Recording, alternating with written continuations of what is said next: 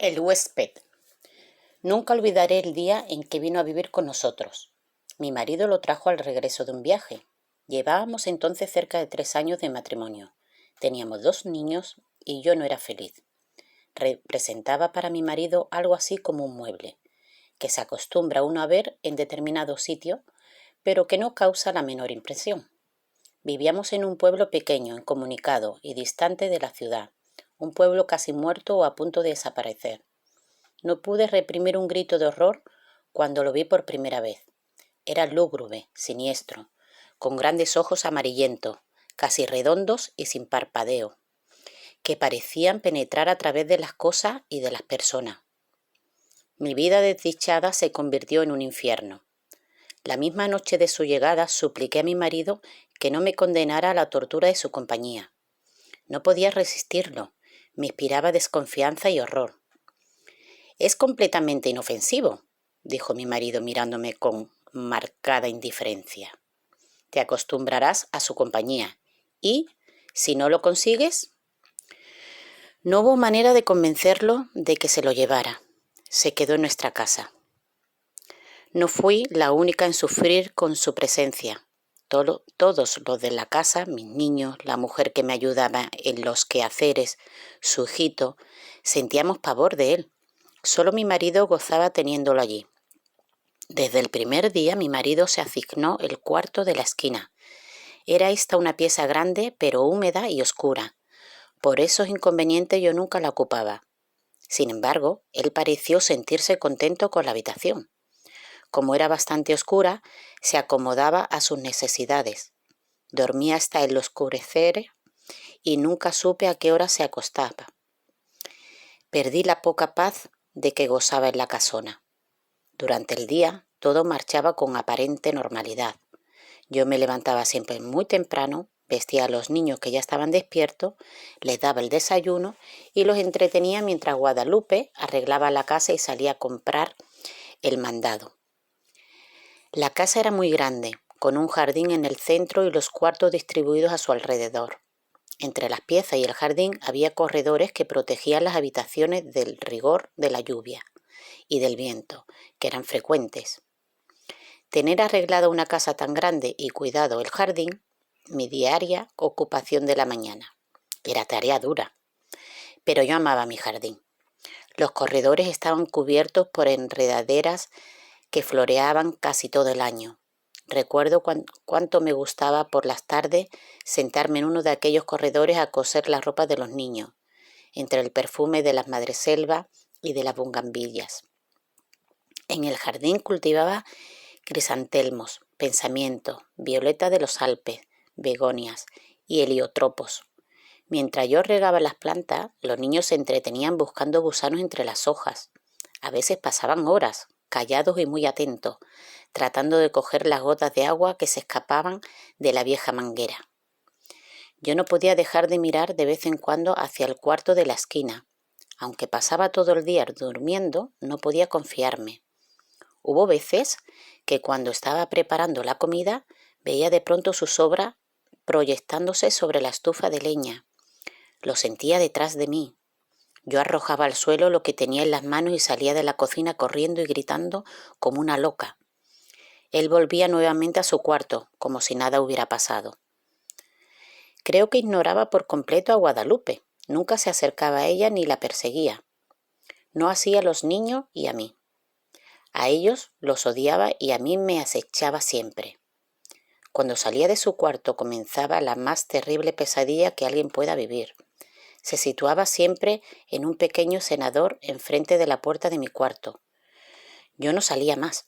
Algunas veces pensaba que aún dormía. Yo iba hacia la cocina por la merienda de los niños. De pronto lo descubrí en algún oscuro rincón del corredor, bajo las enredaderas. Allí estaba ya Guadalupe gritaba desesperada. Guadalupe y yo nunca lo nombrábamos. Nos parecía que al hacerlo cobraba realidad aquel ser tenebroso. Siempre decíamos, allí está, ya salió, está durmiendo, él. Solamente hacía 2 comidas, una cuando se levantaba al anochecer y otra tal vez en la madrugada antes de acostarse. Guadalupe era la encargada de llevarle la bandeja. Puedo asegurar que la arrojaba dentro del cuarto, pues la pobre mujer sufría el mismo terror que yo. Toda su alimentación se reducía a carne, no probaba nada más. Cuando los niños se dormían, Guadalupe me llevaba la cena al cuarto. Yo no podía dejarlo solo, sabiendo que se había levantado o estaba por hacerlo. Una vez terminadas sus tareas, Guadalupe se iba con su pequeño a dormir y yo me quedaba sola, contemplando el sueño de mis hijos.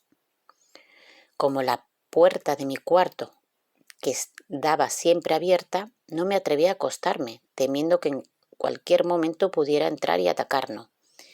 Y no era posible cerrarla. Mi marido llegaba siempre tarde y al no encontrarla abierta, habría pensado: ¿y llegaría bien tarde? Que tenía mucho trabajo, dijo alguna vez. Pienso que otras cosas también lo entretenían. Una noche estuve despierta hasta cerca de las 2 de la mañana, oyéndolo afuera. Cuando desperté, lo vi junto a mi cama, mirándome con su mirada fija, penetrante. Salté de la cama y arrojé la lámpara de gasolina que dejaba encendida todas las noches. No había luz eléctrica en aquel pueblo y no hubiera soportado quedarme a oscuras, sabiendo que en cualquier momento él se libró del golpe y salió de la pieza. La lámpara se estrelló en el piso de ladrillo y la gasolina se inflamó rápidamente. De no haber sido por Guadalupe, que acudió a mis gritos, habría ardido toda la casa.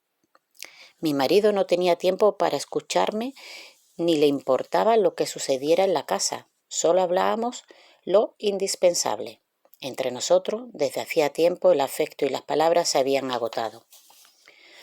Vuelvo a sentirme enferma cuando recuerdo Guadalupe había salido a la compra y dejó al pequeño Martín dormido en un cajón donde lo acostaba durante el día.